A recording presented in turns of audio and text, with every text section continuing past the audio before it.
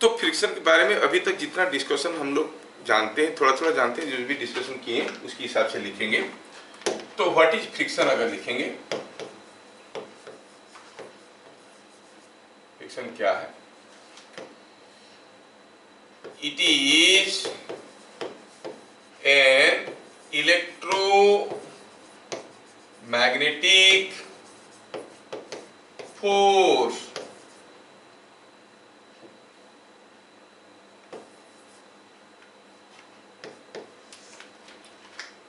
दोनों सरफेस की मॉलिक्यूल्स एक दूसरे के साथ इंटरेक्ट करते हैं और उनके बीच में एक फोर्स आता है। कब ये फोर्स डेवलप होता है? When there is a relative sliding or tendency of sliding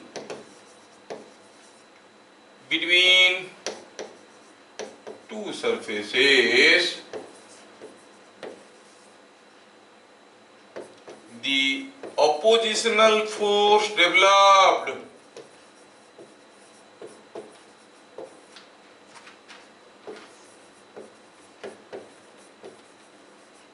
is called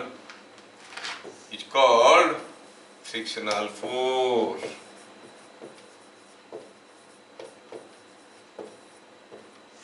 जब भी दो बॉडी के बीच में एक रिलेटिव स्लाइडिंग हो रहा है या फिर स्लाइड करने की टेंडेंसी है, एक्सक्यूज मी, ये whenever there is a relative sliding or tendency of sliding between two surfaces, you say the frictional force develops.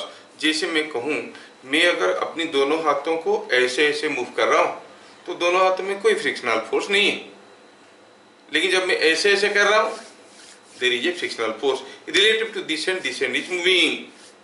हो सकता है ये हाथ मूव ही नहीं कर रहा है और ये अकेला मूव कर रहा है, फिर भी दोनों हाथ पे फ्रिक्शनल फोर्स आएगा।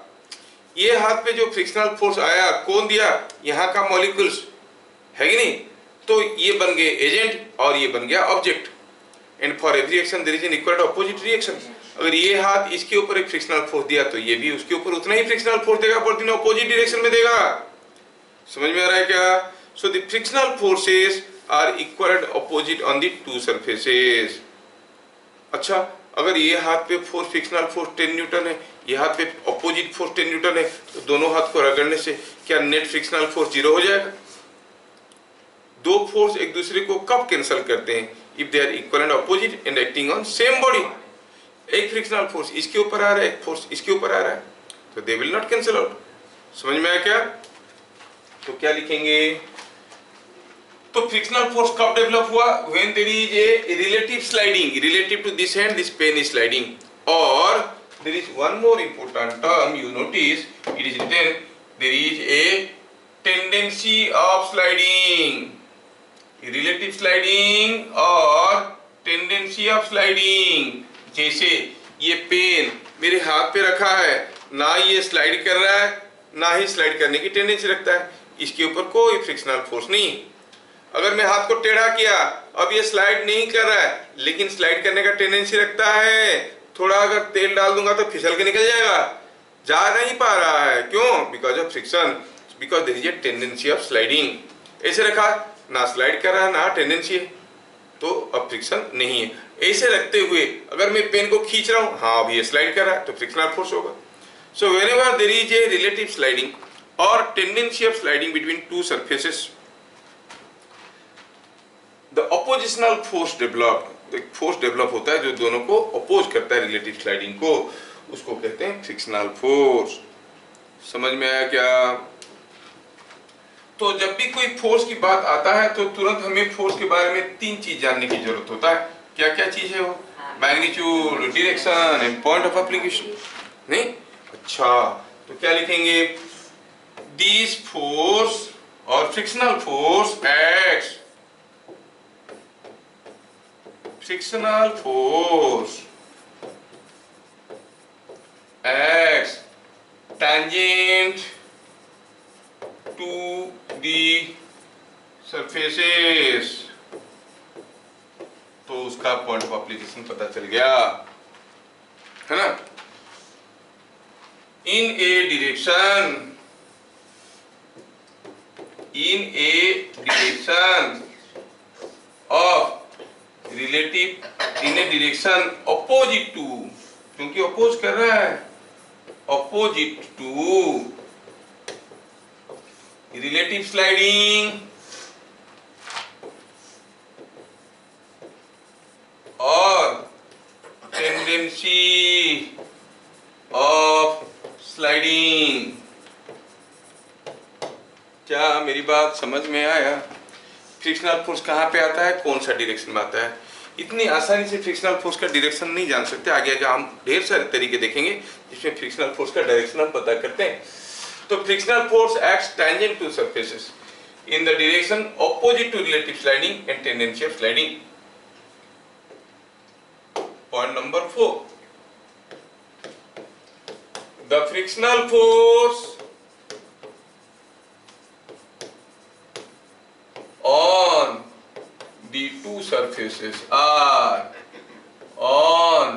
the two surfaces are equal and opposite। दोनों सरफेस पे frictional force are equal and opposite. इसको क्या कहते हैं? Action reaction pair.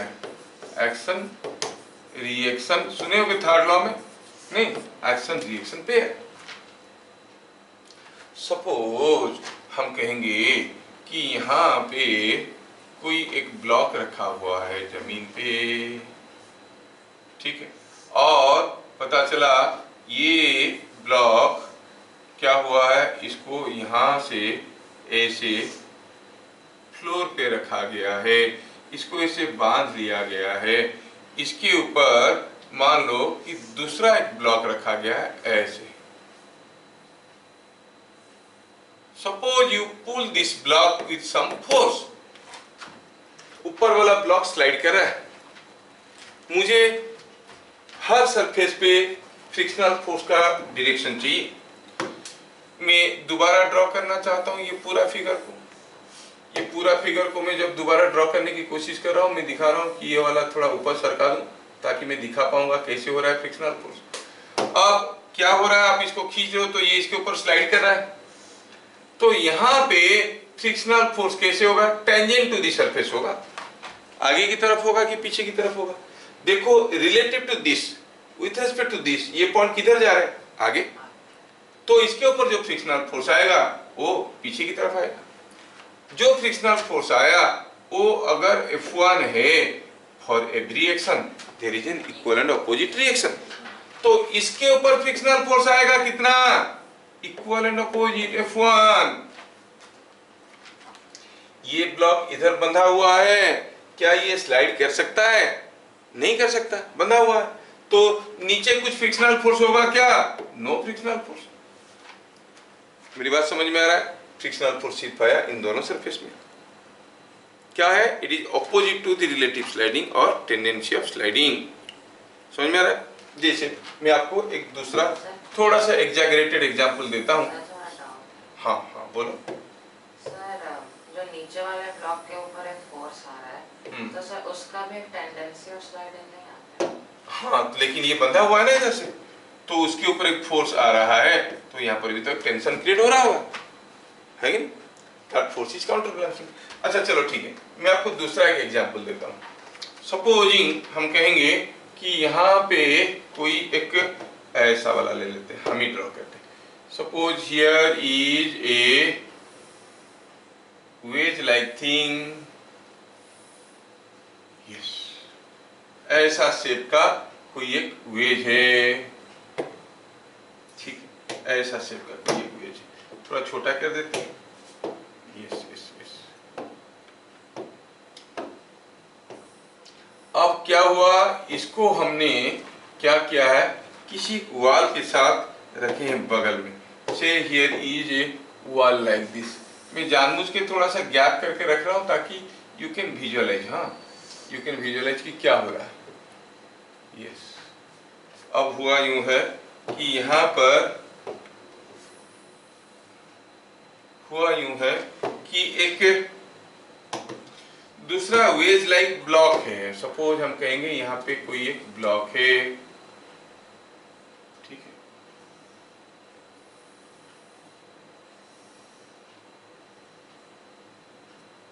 हाँ, तो ये कोई एक वेज लाइक ब्लॉक है। अब सोचो कि ये सारा चीज जो है कैसा है, ये सारे एक दूसरे के साथ कांटेक्ट में है, दोनों ब्लॉक, कोई भी हवा में नहीं लटक रहा है, बोल रहा है कि ये सारे एक दूसरे के साथ कांटेक्ट में है। जैसे ऐसे में दिखा रहा हूं, ये ब्लॉक इसके साथ इधर लगा हुआ है, ये इसके साथ इधर लगा हुआ है, ये यहाँ पे, समझ में आ रहा है? ये कुछ ऐसा है,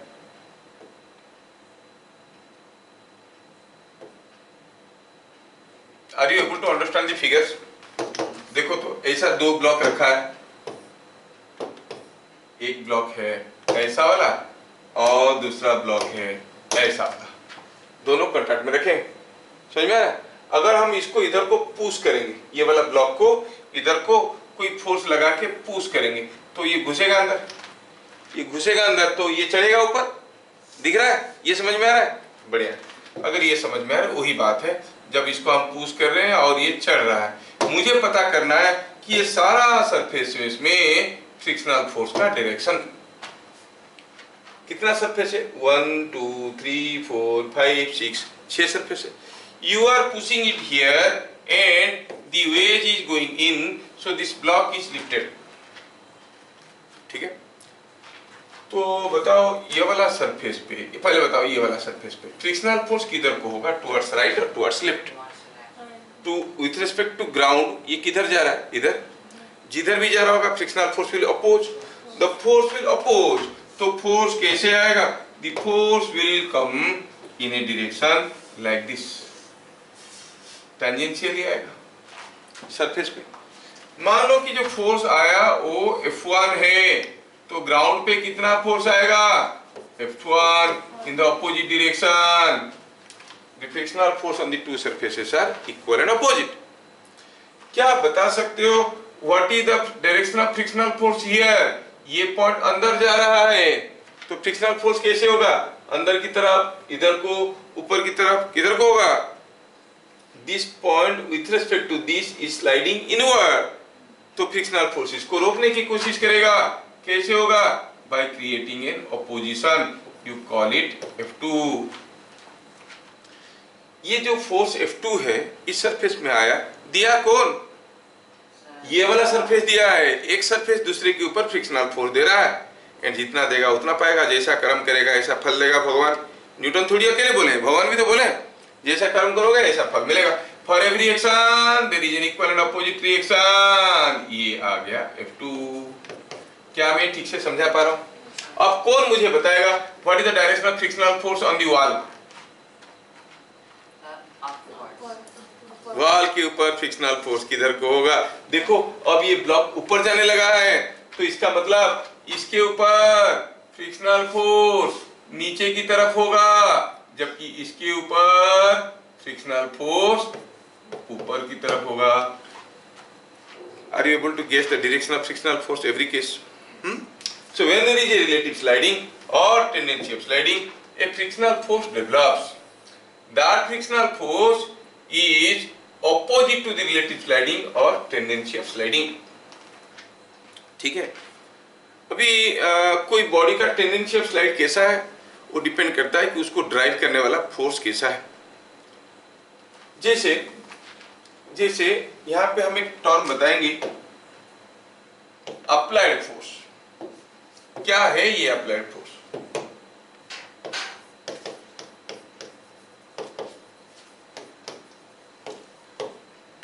अप्लाइड फोर्स जिसको हम FA कहेंगे, the net external force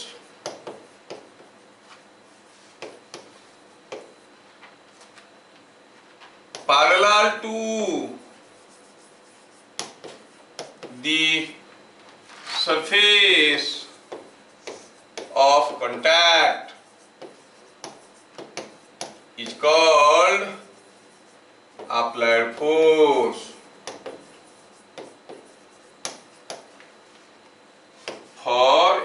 body at rest. Frictional force is opposite to applied force. ठीक है, applied force क्या है? The net external force parallel to the surface of contact. हम कहेंगे कि यहाँ पे कोई एक ब्लॉक रखा हुआ है, अब ये ब्लॉक के ऊपर मैंने ऐसा दे रखा है फोर्स ऑफ 10 न्यूटन, ऐसे दे रखा है फोर्स ऑफ 6 न्यूटन, इसका अपना वेट है 2g. Here is a normal reaction. तो ऐसा केस में आप क्या कहोगे? अप्लाइड फोर्स क्या है? The external force parallel to the surface of contact. ये फ्लोर के साथ कांटेक्ट में, फ्लोर को पैरेलल होके क्या फोर्स है? 6 Newton. Applied force is 6 Newton. समझ में आया क्या? अगर बॉडी स्लाइड नहीं कर रहा है तो frictional force is opposite to applied force. Slide कर रहा है तो हो सकता है कोई दूसरे डायरेक्शन में होगा. ये जो सोचना है कि frictional force in the direction of motion होता है या फिर अपोजिट डायरेक्शन होता है, वो गलत है. हो सकता है कि you are going towards east, west to east, and frictional force is from south to north, perpendicular to your motion also. क्योंकि आपका स्लाइडिंग का टेंडेंसी बात करता है. जैसे आप मान लो कि काफी स्पीड में गाड़ी में टर्निंग ले रहे हो किसी कर्व ट्रैक में, अगर बहुत ज्यादा स्पीड में टर्निंग लेते हो तो your motion is something in this direction, but अगर फिसल गए तो कैसे फिसलोगे? बाहर की तरफ, है कि नहीं? तो इसमें फ्रिक्शनल फोर्स कैसा है? फिसलने का टेंडेंसी का अपोजिट डायरेक्शन में, means perpendicular to your velocity. You are moving like this, frictional force is opposite. अगर यहाँ पर तेल डाल देंगे आप मुड़ नहीं पाओगे, you cannot take a turn. That is the frictional force which helps you to move in this direction. Take a turn. मान लो यहाँ पर आपको पूरा सोप सॉल्यूशन डाल देंगे और बोलेंगे गोल गोल दौड़ो, दौड़ सकते हो गोल गोल? वो तो फिसलेगा, पाँव गिरोगे. You need a friction to change the, क्योंकि that is the external force. Whenever a body is moving and as long as no external force acts, the body will keep on moving with constant velocity. अब ये velocity बदल रहा है तो what is that external force which is helping it to change the velocity? The friction. खैर हम लोग उसमें एप्लीकेशन में जाएंगे. What are the benefits, advantages and disadvantages of friction, उसको देखेंगे. फिलहाल अप्लाइड फोर्स हो गया 6 न्यूटन. चलिए मैं अब थोड़ा सा केस बदलता हूँ. इस केस में जो आपका फ्रिक्शनल फोर्स है वो कैसा होगा? It will be like this. Frictional force will be something like this. समझ में? दूसरा केस लेता हूं. Let me take a second case. Suppose हम कहेंगे यहां पर कोई एक ब्लॉक वॉल है और आपने कुछ ताकत लगा के एक ब्लॉक को प्रेस करके रखे हो by applying a force of 100 Newton. This is a 3 kg block. You are pushing a 3 kg block against a wall. The block is at rest. गिर नहीं रहा. नहीं? क्या बता सकते हो? What is the applied force here? The external force parallel to surface of contact. It is not 100 Newton. Yes. इसको parallel होके क्या फोर्स है भैया? इसका वेट है 3g, दैट इज 30 न्यूटन. तो आपको हो गया अप्लाइड फोर्स इज 30 न्यूटन. क्या बात समझ में आया? तो इसका मतलब हुआ ये जो बॉडी है इसके ऊपर अभी जो फ्रिक्शनल फोर्स आ रहा होगा कैसे आ रहा होगा? ऐसे आ रहा होगा. समझ में आ रहा है? It is opposite to applied force. समझ में आ रहा है? यस. सपोज हम कहेंगे कि कोई आदमी चल रहा है, ये है कोई आदमी पहलवान चल रहा है. Now when he is walking and taking another step to go, ये आगे जाने की कोशिश कर रहा है. Now through his leg on the foot he is trying to apply a force like this. ऐसा एक फोर्स अप्लाई कर रहा है। ये जो फोर्स है वो इस बॉडी को किधर को फोर्स, हॉरिजॉन्टल फोर्स किधर को दे रहा है, इधर को मूव करवा रहा है। It is trying to slip the foot in this backward direction. मतलब इस केस में अप्लाइड फोर्स क्या है, द इफेक्ट और the component of this force in this direction. नहीं, कोई चीज को अगर हम ऐसे करके पुश करेंगे, यहाँ पर कोई चीज रखा है, आप अगर ऐसे करके पुश करोगे, will not the body to try to move in this direction. That means the applied force is in this backward direction. तो इसके ऊपर फ्रिक्शनल फोर्स कैसे आएगा? How is the direction of frictional force on the feet of the man? Opposite to applied force. ये हो गया frictional force. क्यों? क्योंकि यहाँ पे अप्लाइड फोर्स क्या है? Will say applied force is backward.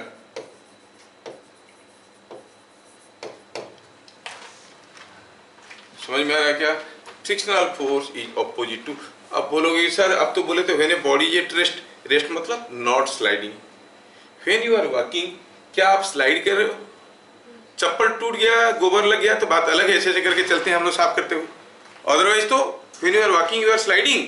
No, you are not sliding. As you are not sliding, you say the frictional force will be in the opposite direction of applied force. बस applied force को पहचान पाना बहुत जरूरी है। जैसे मैं अगर आपको अभी और एक एग्जांपल देता हूँ। Supposing here is A table, और इस टेबल पे कोई एक चेन रखा हुआ है जिसका मास m है, लेंथ l है, और ये चेन का कुछ हिस्सा झूल रहा है, L/3 हिस्सा झूल रहा है, पूरा का पूरा मास m है, लेंथ l है। क्या आप मुझे बता सकते हो अप्लाइड फोर्स कैसा है? तो यहाँ पर फ्रिक्शनल फोर्स इज फॉरवर्ड। हाँ, यहाँ पर अप्लाइड फोर्स कितना है? The external force parallel to the surface of contact. ये पूरा चेन का मास m है, लेंथ l है। अब यहाँ पे क्या फोर्स है जो इसको पैरेलल टू द सरफेस खींच रहा है? That is weight of the hanging part. जो झूल रहा है वही तो खींच रहा है। So applied force is weight of hanging part. Yes, अगर पूरा का मास m है, हैंगिंग पार्ट का मास m/3 होगा, और वेट हो गया mg/3। समझ में आ रहा ना? सिर्फ आपको अगर अप्लाइड फोर्स मालूम है तो फ्रिक्शनल फोर्स का मैग्नीट्यूड निकालना बड़ा इंटरेस्टिंग और बहुत आसान है। ठीक है, फ्रिक्शनल फोर्स का मैग्नीट्यूड निकालना बहुत ही आसान है अगर अप्लाइड फोर्स आप जान गए हो तो। सर बस एक डाउट। हाँ बोलिए। सर एक बॉडी सर जब हम अप्लाइड फोर्स का स्टेटमेंट में लिखें कि for a body at rest frictional force is opposite to applied force. Rest मतलब वो not sliding. Not sliding. Not sliding. और सर वो रोल कर रहा है। रोल कर रहा है तो केस बदल जाएगा। बड़ा डिफिकल्ट है रोल वाले सिचुएशन में सोचना। रोल करते हुए बॉडी का फ्रिक्शनल फोर्स आगे की तरफ हो सकता है, पीछे की तरफ हो सकता है, परपेंडिकुलर टू हो सकता है, जीरो भी हो सकता है, क्योंकि that is called transrotational motion. Simply अगर कोई बॉल रोल करके फ्लोर पे जा रहा है, देयर इज नो फ्रिक्शन। अगर कोई बॉडी को ढकेलते हुए आप रोल करवा रहे हो, देयर विल बी फ्रिक्शन। वो फिर कहाँ पे ढकेल रहे हो? मान लो कि कोई स्फेरिकल बॉडी है और इसका ये सॉलिड स्फीयर है, रेडियस r है। मान लो यहाँ पे पुश करो कि ये रोल कर रहा है, कहाँ पे? 7r/5 का ऊपर, 5r/7 हाइट से ऊपर पुश करके चलाने की कोशिश करोगे तो फ्रिक्शनल फोर्स पीछे की तरफ हो जाएगा, आगे की तरफ हो जाएगा। नीचे पुश करके करोगे फ्रिक्शनल फोर्स आगे की तरफ हो जाएगा। व्हेन यू आर ड्राइविंग, और कुछ नहीं करो, ऐसे ही फेंक दिया, रोल करते हुए जा रहा है, फ्रिक्शनल फोर्स जीरो। है ना? ठीक है। सर बॉडी एट रेस्ट मतलब इट इज हाँ, it's not sliding, not sliding, not sliding, not not rolling. Yes, not rolling नहीं कहेंगे क्योंकि हम लोग अभी रोटेशनल मोशन को कवर नहीं किए। अभी तुम्हारे बच्चों वाले केसेस में हम खाली ट्रांसलेशनल मोशन देख रहे हैं। रोटेशनल मोशन को ले जाएंगे तो फ्रिक्शन का नए नए डेफिनेशंस निकल के आएंगे। ठीक है, तो ये हो गया हमारा mg/3 हो गया अप्लाइड फोर्स। तो हम लोग क्या देख रहे थे? अप्लाइड फोर्स किसको कहते हैं? इससे पहले हम लोग क्या देखे? Direction of frictional force and the frictional force on the two surfaces are equal and opposite. और क्या देखे? it develops only when there is a relative sliding or tendency of sliding. अच्छा ठीक है। For a body at rest means not sliding,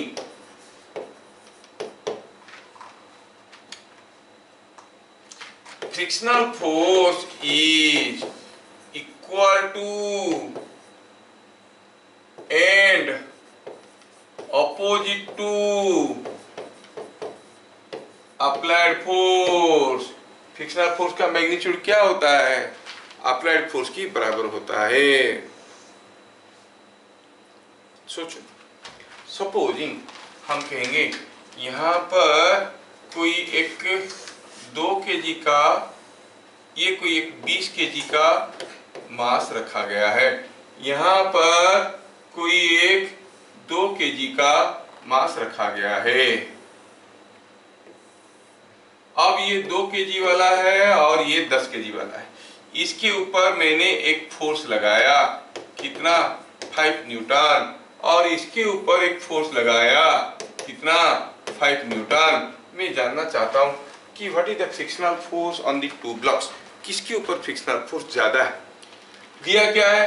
both are at rest. ये भी rest में है और ये भी रेस्ट में है, तो किसके ऊपर ज्यादा फ्रिक्शनल फोर्स है? आपको ये हैवी है, ज्यादा वजनदार है, ज्यादा फ्रिक्शन होगा? No no no no. पहले सोचो कि मैंने लगाया 5 न्यूटन फोर्स और ये चल नहीं रहा है। क्यों नहीं चल रहा है? जब भी फोर्स लगाएंगे चलना चाहिए, क्यों नहीं चल रहा है? कौन रोक रहा है उसको? फ्रिक्शन रोक रहा है। अच्छा, जो फ्रिक्शन है वो मेरा फोर्स को पूरा न्यूट्रलाइज कर दे रहा है। कितना फोर्स होना चाहिए कि मेरा 5 न्यूटन को न्यूट्रलाइज कर देगा? 5 न्यूटन। मतलब इस केस में जो आपका फ्रिक्शनल फोर्स है, that frictional force must be on the block in this direction, and how much? और in this case same है कि नहीं? तो आप क्या देख रहे हो? दोनों ही केस में the magnitude of frictional force is same। दोनों ही केस में magnitude of frictional force is same, nothing to do with the heavier or lighter body। कब ऐसा होता है? जब when the body is at rest, the frictional force is equal to applied force. समझ में आ रहा है? अभी अगर ये चीज समझ में आया तो दूसरा एग्जांपल आप मुझे बताओ कि सपोज यहां पर कोई एक ब्लॉक रखा है 6 kg का,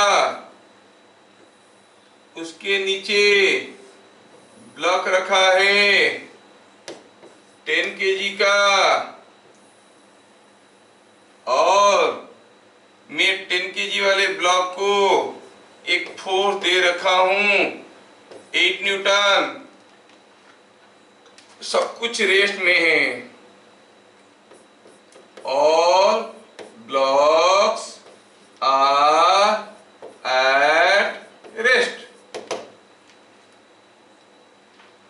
Frictional force on ground is dash. Frictional force on 6 kg is dash। क्या बताओ यहाँ पर? what is the applied force? 8 Newton, the force parallel to the surface of contact।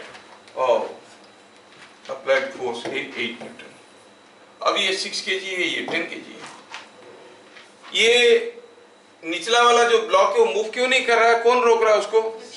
6 kg। कहाँ का फ्रिक्शन? 6 kg वाले का कि ग्राउंड वाले का? 6 kg तो इसके ऊपर बैठा है, वो कैसे रोक सकता है? रोकेगा तो ग्राउंड वाले का। नहीं, ग्राउंड वाले 10 kg को मूव करने नहीं दे रहा है, जबकि मैं पुश कर रहा हूँ इसको 8 न्यूटन में। तो ग्राउंड 10 kg के ऊपर कैसा फोर्स दे रहा होगा? Opposition force. आगे की तरफ कि पीछे की तरफ? पीछे की तरफ। कितना force? 8 Newton. That means the ground is giving a force of 8 Newton on this। ground इसके ऊपर एक 8 न्यूटन का फोर्स दे रहा होगा। This force is 8 Newton. तो फिर ये ग्राउंड के ऊपर कितना दे रहा होगा? ग्राउंड के ऊपर भी इक्वल एंड अपोजिट।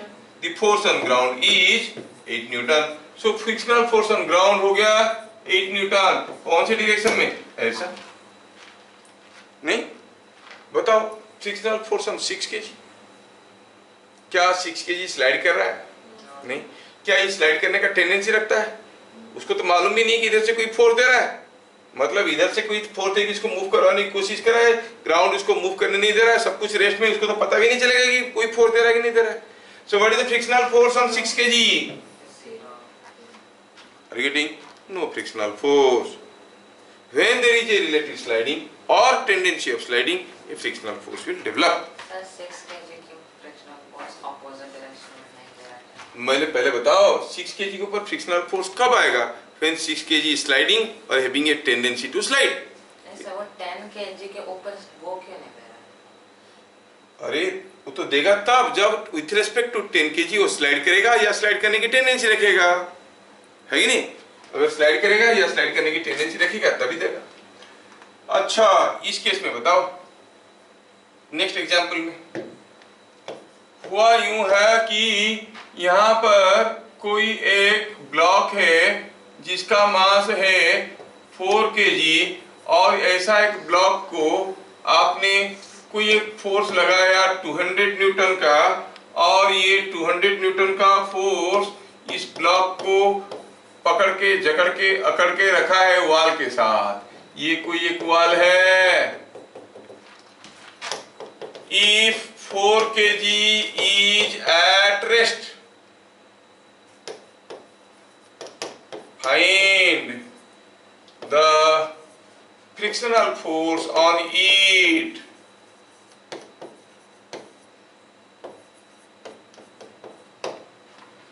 फोर के जी रेस्ट में प्रेस करके रखें, it is pressed against the wall rest में। तो फ्रिक्शनल फोर्स क्या होता है? When the body is at rest frictional force is applied force. यहाँ पर अप्लाइड फोर्स क्या है? सॉल्यूशन में लिखेंगे here applied force is 4G और 40 न्यूटन। 40 न्यूटन हो गया अप्लाइड फोर्स, और 40 न्यूटन है अप्लाइड फोर्स, तो आपको होगी फ्रिक्शनल फोर्स कितना होगा? Body is at rest, the body is at rest, so frictional force is equal to applied force. तो बॉडी के ऊपर फ्रिक्शनल फोर्स आ रहा है 40 न्यूटन। क्या मेरी बात समझ में आ रहा है? हाँ, तो next example, A chain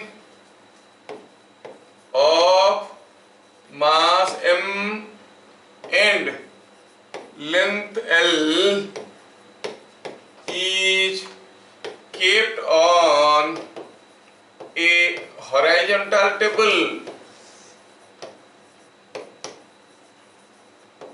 with L/4 length hanging beyond the edge, hanging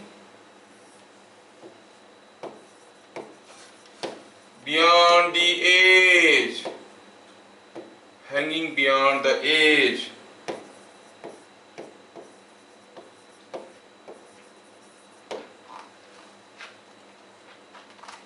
If chain is at rest, find frictional force on table. कोई चेन है, टेबल है, टेबल के ऊपर चेन है, चेन तो ये ऐसे रखा है कि उसका 1/4 लेंथ नीचे की तरफ झूल के बैठा है। ये लेंथ L/4 है, पूरा चेन का मास m है, लेंथ L है। टेबल के ऊपर फ्रिक्शनल फोर्स क्या है? mg/4। देखा तुम लोग कितना जल्दी समझ लेते हो। तो यहाँ पर हुआ क्या? यहाँ पर अप्लाइड फोर्स क्या है?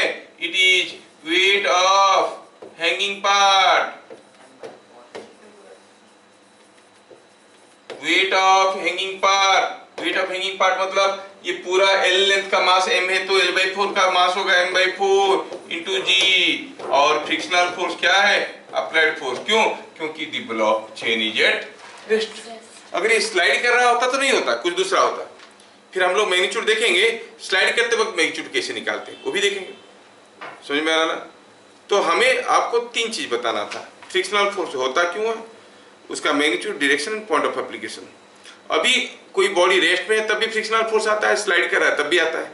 रेस्ट में है तो फ्रिक्शनल फोर्स कितना होगा हम बता दिए, it is equal to applied force and opposite to applied force. Slide कर रहा है तो फ्रिक्शनल फोर्स कितना होगा, उसके लिए थोड़ा हमें और कुछ एक्स्ट्रा थ्योरी हमें समझना पड़ेगा about nature of the force. समझ? हाँ बोलिए। सर फ्रिक्शन का पॉइंट ऑफ एप्लीकेशन था सर। वही तो बोला है, टैंजेंट टू द सरफेस, ये सरफेस में आएगा। सर लेकिन किस पॉइंट में क्या, हर एक पॉइंट टच कर रहा है, हर एक पॉइंट में आ रहा है, हर एक पॉइंट जो पॉइंट में कांटेक्ट में आ रहा है, यस यस यस, है ना, हर एक पॉइंट आ रहा है। अब ये हो गया रीजन, समझ में आया? आज की क्लास में इतना ही पढ़ेंगे, I am not feeling comfortable, ठीक है? फिर हम लोग करेंगे अगले क्लास, आज इतना पढ़ेंगे, नेक्स्ट क्लास वी शैल सी। फिर मिलेंगे अगले क्लास, तब तक के लिए जय हिंद।